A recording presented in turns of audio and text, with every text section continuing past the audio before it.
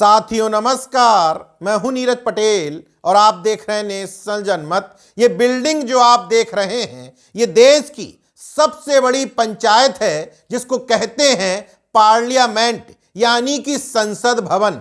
इसी संसद भवन में खड़े होकर के प्रधानमंत्री नरेंद्र मोदी और उनके मंत्रीगण युवाओं को रोजगार देने के बड़े बड़े दावे ठोकते हैं, लेकिन नेशनल जनमत के हाथ संसद भवन के अंदर की एक ऐसी खबर लगी है जो मोदी सरकार के दावों की धज्जियां उड़ा करके रख देगी। दरअसल नेशनल जनमत अक्सर कहता है इन भगवा सरकारों से मंदिर मांग लो, बदले में मंदिर का घंटा पकड़ाएंगे, कावड़ यात्रियों पर पुष्प वर्षा भी करवाएंगे। लेकिन जैसे ही नौकरी मांगोगे या तो बदले में लाठियां मिलेंगी या बहुत बड़ा झुंझुना। सांच को आज क्या, चलिए लगे हाथ इस बात को साबित कर देता हूं। 22 दिसंबर 2019 को संसदीय सचिवालय की तरफ से पार्लियामेंट्री रिपोर्टर के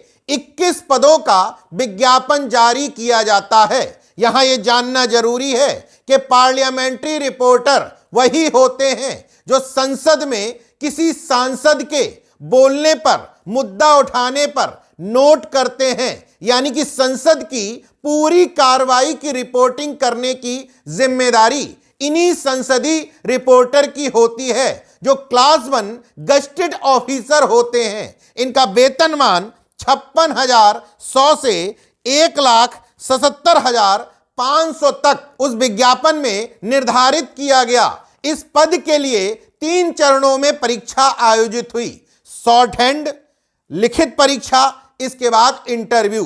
तीनों चरणों के संपन्न होने के बाद तकरीबन 2.5 साल बाद 7 जून 2022 को इसका रिजल्ट घोषित किया गया। गौर करिएगा, 21 पदों के लिए विज्ञापन निकाला गया था, लेकिन रिजल्ट निकाला गया 16 उम्मीदवार का। कोई दिक्कत नहीं, इन 16 बच्चों के परिवारों ने खुशियां मनाई कि हमारा बच्चा अब देश की सबसे बड़ी पंचायत यानी कि संसद में पार्लियामेंट्री रिपोर्टर के तौर पर क्लास 1 गजेटेड ऑफिसर बन करके नौकरी करेगा। लेकिन इनकी खुशी ज्यादा दिन नहीं रही, क्योंकि 1 महीना, 2 महीना, 3 महीना और धीरे धीरे 2 साल 6 महीने बीतने को हैं। इन 16 सफल अभ्यर्थियों को नौकरी नहीं दी गई। इस दौरान 1-2 बार नहीं, बल्कि लोकसभा अध्यक्ष ओम बिरला से,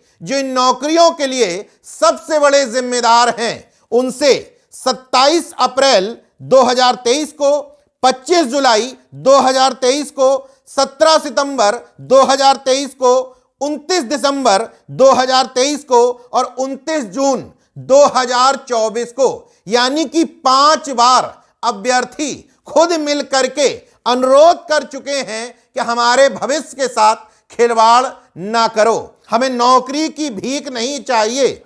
3 परीक्षाएं पास करके हम जिस पद पर सिलेक्ट हुए हैं, कम से कम हमें वो नौकरी तो दे दो। कुल मिलाकर के तकरीबन 4 साल का इंतजार नौकरी का विज्ञापन निकलने से लेकर अभी तक अभ्यर्थी कर चुके हैं। लोकसभा अध्यक्ष ओम बिरला लगातार आश्वासन का झुंझुना दे रहे हैं, लेकिन इन 16 सफल अभ्यर्थियों को कब तक नौकरी मिलेगी कुछ भी अता पता नहीं। नेशनल जनमत जब इसकी रिसर्च कर रहा था तो मुझे एक और तथ्य हाथ लगा। इन 16 सफल अभ्यर्थियों में 6 अन्य पिछड़ा वर्ग यानी कि ओबीसी के हैं, 3 एससी वर्ग से हैं, यानी कि 16 में से 9 अभ्यर्थी आरक्षित वर्ग से आते हैं और 7 सवर्ण।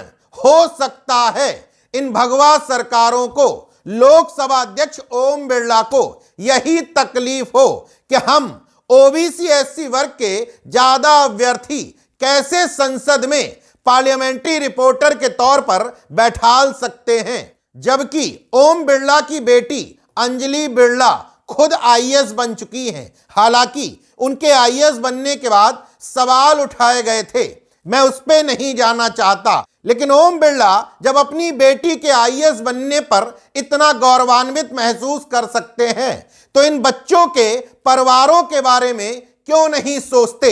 सिलेक्शन होने के बावजूद इनको नौकरी सिर्फ ओम बिरला की रुकावट की वजह से नहीं मिल पा रही है, जबकि इस समय सदन में पार्लियामेंट्री रिपोर्टर के 24 के 24 पद वैकेंट पड़े हैं।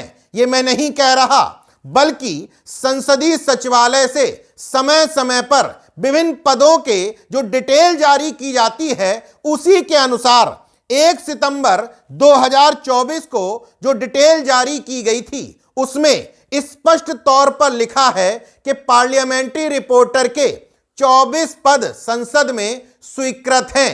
उनमें से 24 के 24 पद खाली पड़े हैं क्योंकि तमाम लोग प्रमोट हो चुके हैं। उसी में एक लाइन लिखी हुई है कि 21 पदों पर विज्ञापन निकाला गया था, उनमें से 16 पदों पर अभ्यर्थियों को चयनित कर लिया गया है, लेकिन चयन प्रक्रिया अंडर प्रोसेस है। 1 सितंबर 2024 को यह लिखा गया था और जिस दिन ये वीडियो आप देख रहे हैं 11 दिसंबर 2024 है। इसके बावजूद इन पदों पर कब तक भर्ती प्रक्रिया पूर्ण की जाएगी, न मोदी सरकार का कोई जिम्मेदार मंत्री बताने को तैयार है, ना ही लोकसभा अध्यक्ष ओम बिरला, जबकि अभ्यर्थी स्पष्ट कहते हैं कि प्रक्रिया पूर्ण है। लोकसभा अध्यक्ष की हैसियत से ओम बिरला जी को महज एक लाइन का आदेश देना है कि इन सफल अभ्यर्थियों की ज्वाइनिंग शुरू करा दी जाए। इतना करने में ओम बिरला जी को 2.5 साल से ज्यादा का वक्त लग गया, लेकिन अभी भी इन अभ्यर्थियों को इनका वाजिब हक नहीं मिल पाया। अब सोच करके देखिए, जिस सदन में पूरे देश भर की समस्याएं उठाई जाती हैं, उसी सदन में पार्लियामेंट्री रिपोर्टर के पद पर चयनित होकर के 2.5 साल से भटक रहे अभ्यर्थियों की कोई सुनने वाला नहीं। इसलिए नेशन जनमत कहता है कि भगवा सरकारों के एजेंडे में धर्म की अफीम खा करके मदमस्त पड़े युवा हैं, ना कि नौकरी पा करके अपना हक अधिकार मांगने वाले युवा। देखते रहिए नेशन जनमत, जागरूक और सजग बने रहिए। जय विज्ञान, जय संविधान, जय लोकतंत्र। धन्यवाद।